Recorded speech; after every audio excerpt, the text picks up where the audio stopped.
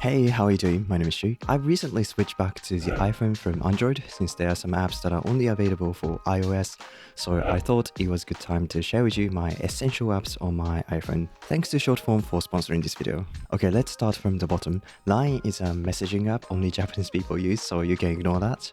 And Amplenote is such a good task management app. It's kind of an all-in-one tool with a calendar, to-do list, and notes. So you can take notes, brainstorm, create to-do lists, and then build your schedule within one app. So when I get a new task, I can just add it to Amplenote, find a time in my calendar to do it. You know, there are many great to-do apps for iOS, but I just keep coming back to Amplenote. Then I have Safari, but recently I've been using Perplexity more for browsing or researching. It's like ChatGPT, you can ask questions and get some answers with sources. I just like how quickly it works.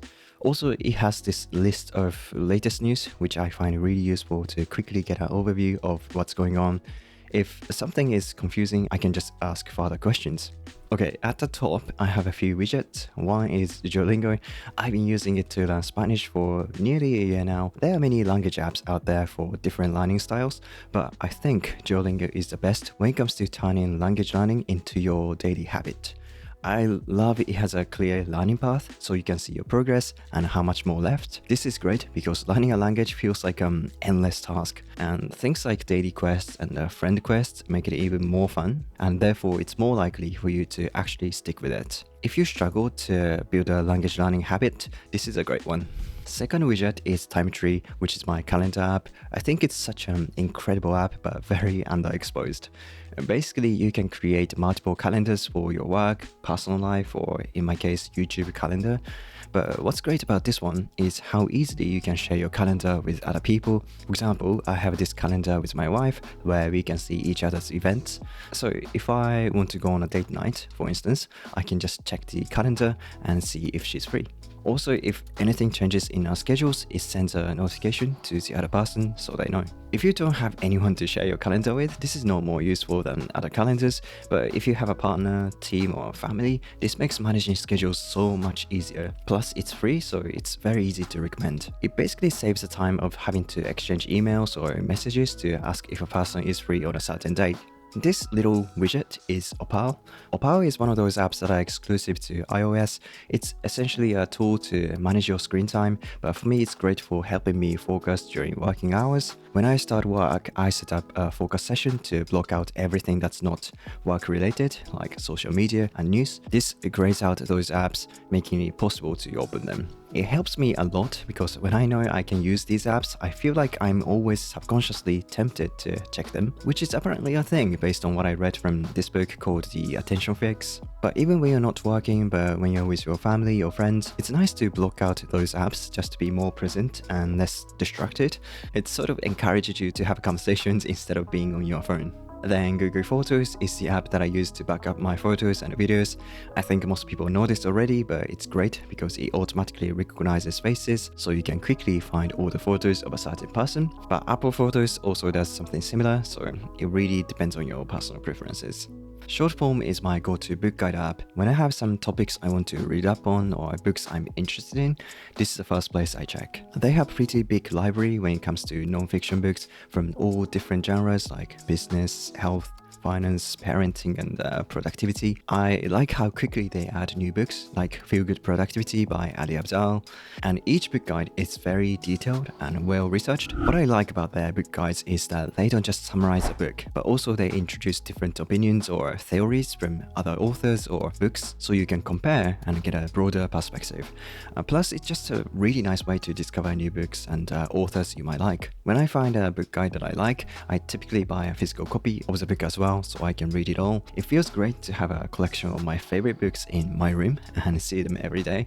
It's very inspiring to look at them and to remember what I learned from them. Anyway, they are adding more things to the app, and now you can even see the summary of key issues from various articles and books, so you get to learn about different topics all in one place. They gave me a special discount to share with you guys. You can get 25% off of the annual subscription by using the link in the description, or simply go to shortform.com/Ryomi. So make sure to check it out and see if you like it. RemNote is a flashcard app that I use to memorize things like my mobile number, bank account numbers, words, friends' birthdays, anniversary dates, recipes, and pretty much everything I need to remember. It's basically like Anki, but you can create flashcards like you take memos. So whenever I come across things I need to remember, I just open this app and write it down. Then I can review them later, which helps me memorize things much faster. Plus, now they have this cool AI feature that automatically generates flashcards for you based on the stuff you've written down. It's a massive time saver and I love it. My wife and I are really into Pikmin recently, and this is like Pokemon Go but Pikmin themed.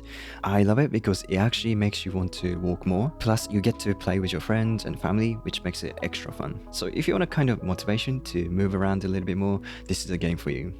This folder is my news folder. These are where I get the latest information for my work. I actually really like Google app because it gives you a list of articles and videos that you're interested in from various sources. So I usually check those out. And in case I find something I'm not interested in, I can simply let it know that I'm not interested, and it will learn from that and improve the recommendation in the future. One downside is that it also includes ads once in a while, which can be annoying, but if you use an ad block or a VPN like I do, it turns the ads white so you can easily ignore them. But for reading more articles, I have Inoreader. This app lets you register your favorite news sources, and new items are automatically added to your feed, which is pretty normal. But what I like about this is this magic sorting feature. This essentially orders the articles by how popular they are, thereby helping you find the best content quickly. But as you can see, I have like 4,000 unread articles and struggling to keep up. Okay, Reader is a read it later app I use, but I've already talked about it many times on my channel, so I'm just going to skip it for now. Snipd is my podcast app. I haven't been using it as much as I want to, but still it's one of the best podcast apps out there. Even if you don't have much time to listen to a podcast, this app uses AI to summarize key ideas of each episode so you can get the gist of it. Also, it automatically creates chapters so you can jump to the part you want to listen to and skip ads. Now, Fabric is my filing cabinet where I keep my bookmarks and memos.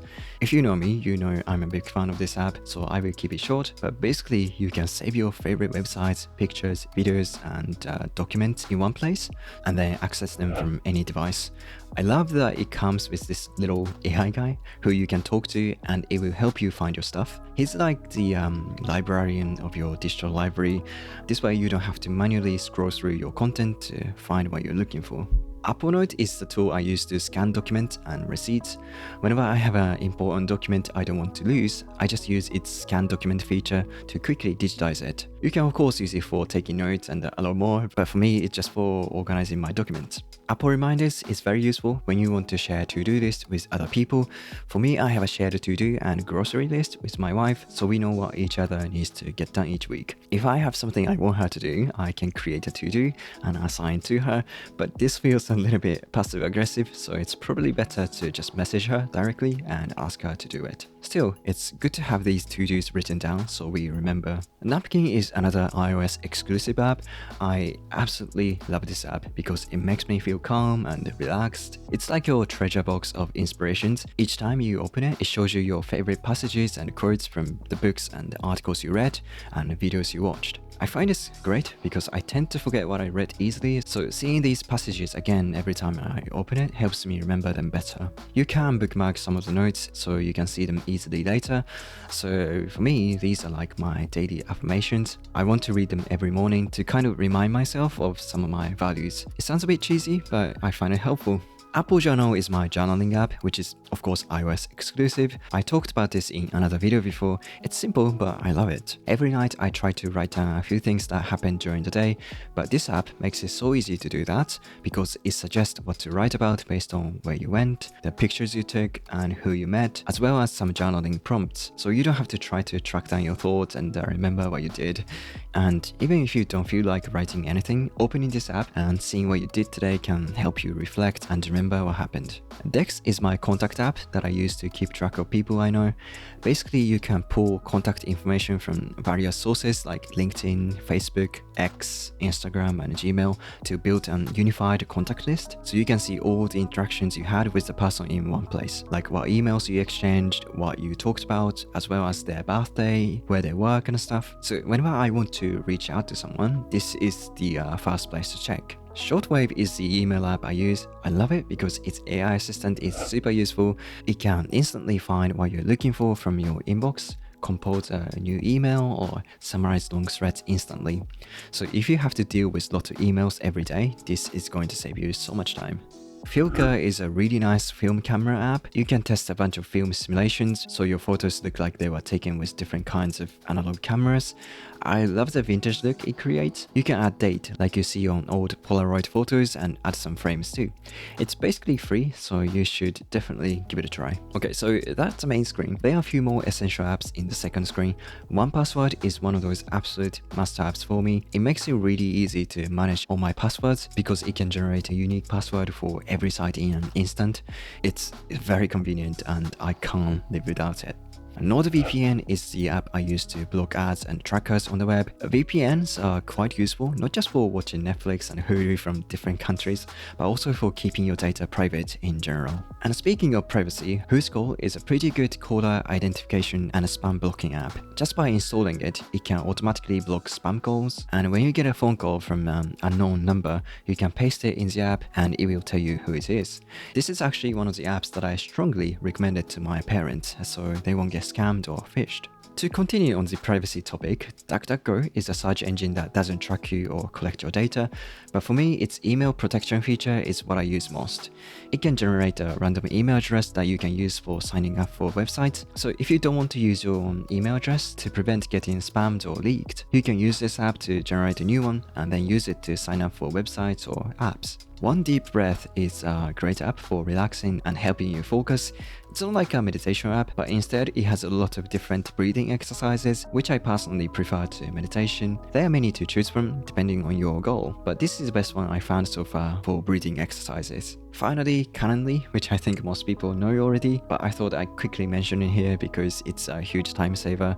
I won't explain it in detail, but it allows you to send a scheduling link to your client or coworkers so they can pick a time that works for them. Hence, there's no need to send emails back and forth to find a time that works for both of you. Okay, that's all for today. Thank you so much for watching. If you want to know more time-saving apps, check out this video.